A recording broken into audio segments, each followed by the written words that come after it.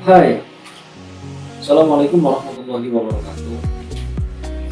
Perkenalkan, nama saya Syauqi Rahanul Asharidi dengan NIM 2310404040. Video ini dibuat untuk memenuhi tugas ulangan akhir semester yang ditugaskan oleh Bapak Dr. Nasiruddin MSI MPD, yaitu tugas mereview salah satu kitab Ulumul Quran. Pertama-tama, alhamdulillahirabbil alamin wa bihi nasta'inu ala umuri dunya waddin, wassalatu wassalamu ala asyrofil anbiya'i wal mursalin wa ala alihi wa sahbihi ajma'in, amma ba'du. Puja dan puji syukur kita haturkan pada Tuhan semesta alam, itu Allah Subhanahu wa taala, yang telah melimpahkan rahmat dan nikmat sehingga saya dapat membuat video ini dan kawan-kawan yang berbahagia bisa menonton video saya ini. Yang kedua, sholawat serta salam selalu tercurah atas Nabi Agung Nabi besar kita Muhammad SAW yang telah membawa kita dari zaman jahiliyah, zaman yang terang benderang dan penuh ilmu ini. Yang saya hormati Bapak Dr. Nasiruddin MSI MPD dan seluruh kawan-kawan, teman-teman yang menonton video saya pada kesempatan kali ini. Jadi yang akan saya review pada tugas kali ini adalah sebuah kitab yang berjudul Al-Burhan fi Ulumil Quran.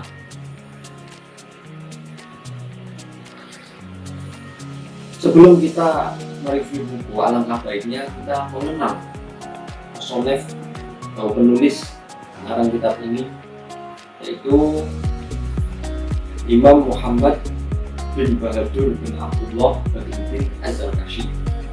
Beliau lahir di Mesir dan wafat juga di Mesir. Beliau merupakan salah satu pengikut mazhab Syafi'i, itu Muhammad bin Idris Asy-Syafi'i rahimahullah ta'ala. Beliau lebih dikenal dengan julukan Zarkashi. Beliau merupakan keturunan Turki.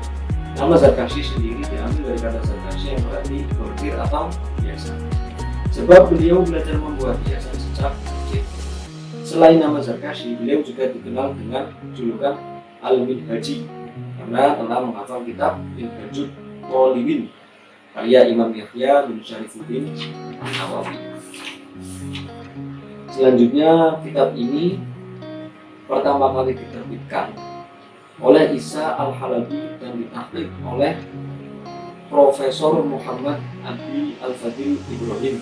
Sedangkan kitab yang saya review kali ini adalah terbitan Tafsir, yaitu Darul Hadis Al-Qadirah yang ditahqiq oleh Abi Al-Fadil Ad-Dimyati. Kitab ini berukuran kira-kira sekitar 12 x 34 cm.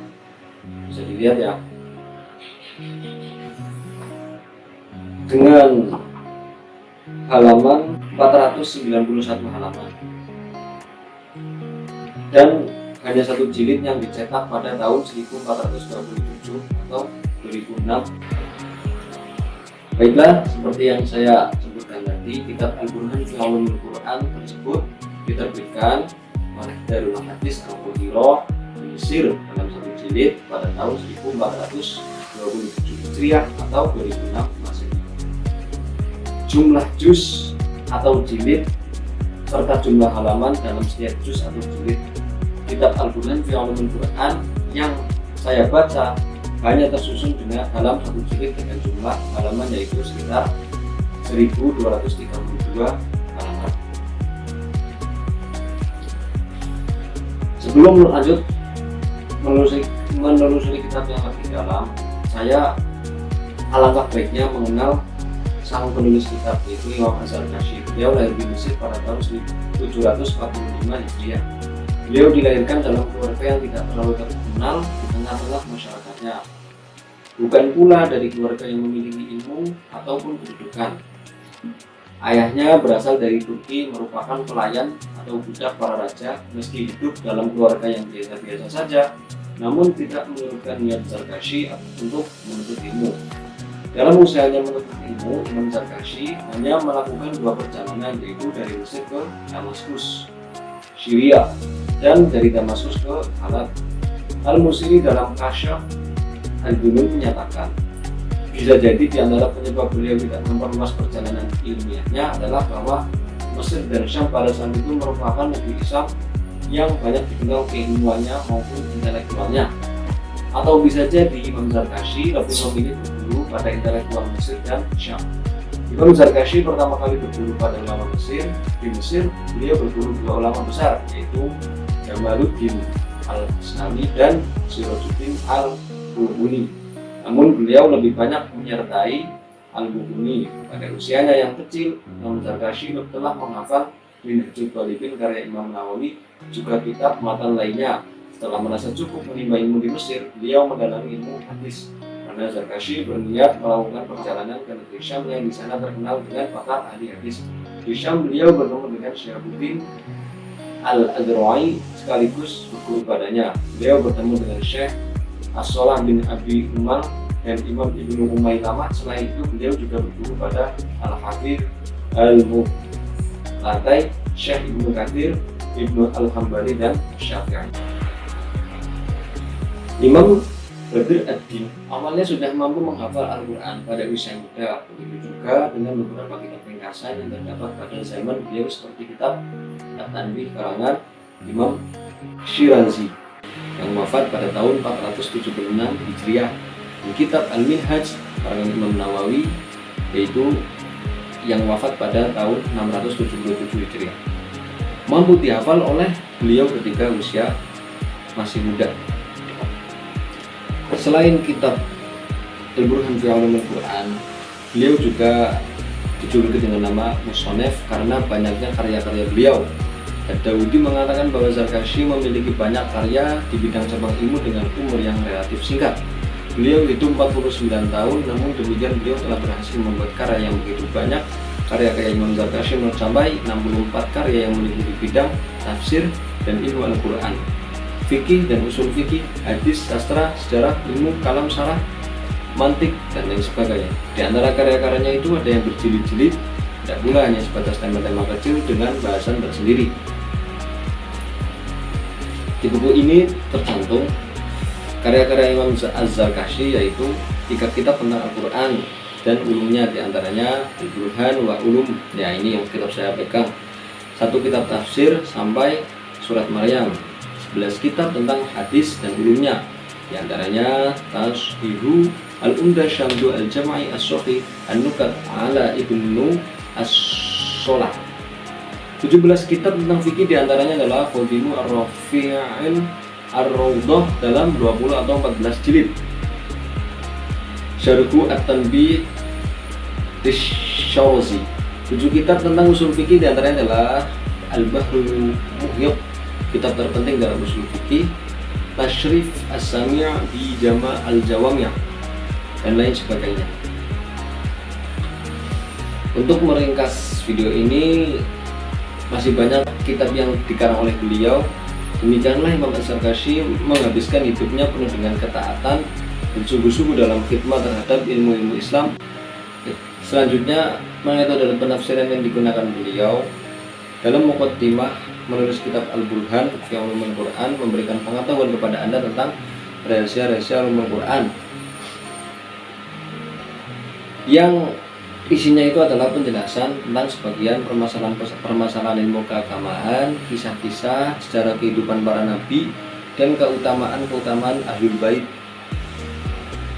Dalam riwayatnya beliau berkata, "Aku memilih riwayat-riwayat dari kitab-kitab yang muktabar, dapat dipercaya dan menjadi rujukan bagi kebanyakan orang, di mana pemenangnya adalah para syekh muktabar dan ulama-ulama terpilih."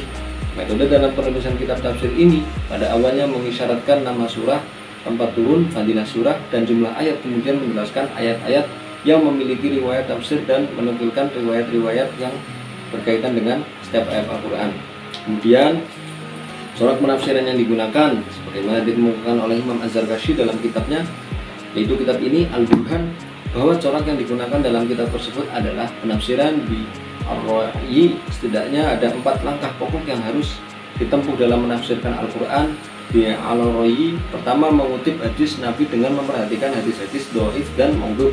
Kedua, mengambil pendapat sahabat dalam hal tafsir karena kedudukan mereka adalah marfu sampai kepada Nabi ketika berpegang pada kemutlakan bahasa Arab dengan membuang alternatif yang tidak tepat dalam bahasa Arab. Keempat, pengambilan berdasarkan ucapan yang populer di kalangan orang Arab yang sesuai dengan ketentuan syarah.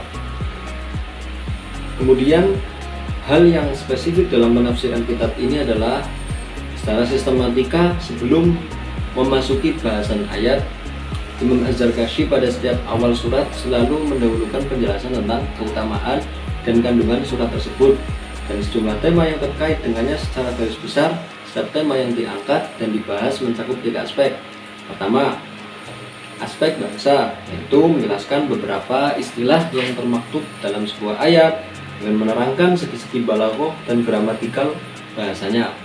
Yang kedua, tafsir dan bayan, yaitu deskripsi yang komprehensif terhadap ayat-ayat sehingga mendapatkan kejelasan tentang makna-makna yang terkandung di dalamnya. Keahlian hadis-hadis yang terkait dengannya dalam konteks kali ini, beliau mempersingkat penjelasannya jika dalam ayat tersebut tidak terdapat masalah, seperti terlihat penafsirannya terdapat dalam surat Al-Baqarah ayat 97 sampai 98. Namun jika ada permasalahan diulasnya secara rinci seperti permasalahan nasakh dalam ayat 106 dari surat Al-Baqarah. Hal spesifik lainnya yaitu dari segi corak penafsiran yang beliau gunakan. Pertama, mengutip hadis Nabi dengan memperhatikan hadis-hadis dhaif dan maudhu. Kedua, mengambil pendapat sahabat dalam hal tafsir karena kedudukan mereka adalah marfu' atau sampai kepada Nabi. Yang ketiga, berpegang pada kemutlakan bahasa Arab dengan menambung alternatif yang tidak tepat dalam bahasa Arab. Keempat, yang terakhir, pengambilan berdasarkan ucapan yang populer di kalangan orang Arab yang sesuai dengan ketentuan syarah. Demikian yang dapat saya sampaikan. Kelebihan kitab ini adalah ya sebegitu rinci beliau menjelaskan ulum-ulum Al-Quran, tapi kekurangannya adalah masih ada beberapa kosakata yang mungkin sulit dipahami oleh orang awam, seperti bayan-bayan dalam beberapa ayat, deskripsi yang komprehensif terhadap ayat-ayat. Ya, sekian dari saya. Dengan kekurangan, saya mohon maaf yang sebesar-besarnya. Bila ada kelebihan itu murni dari Allah Subhanahu wa taala, bila ada kekurangan itu murni dari saya. Wallahu a'lam bishawab. Wallahul muwaffiq ila aqwamit thoriq. Assalamualaikum warahmatullahi wabarakatuh.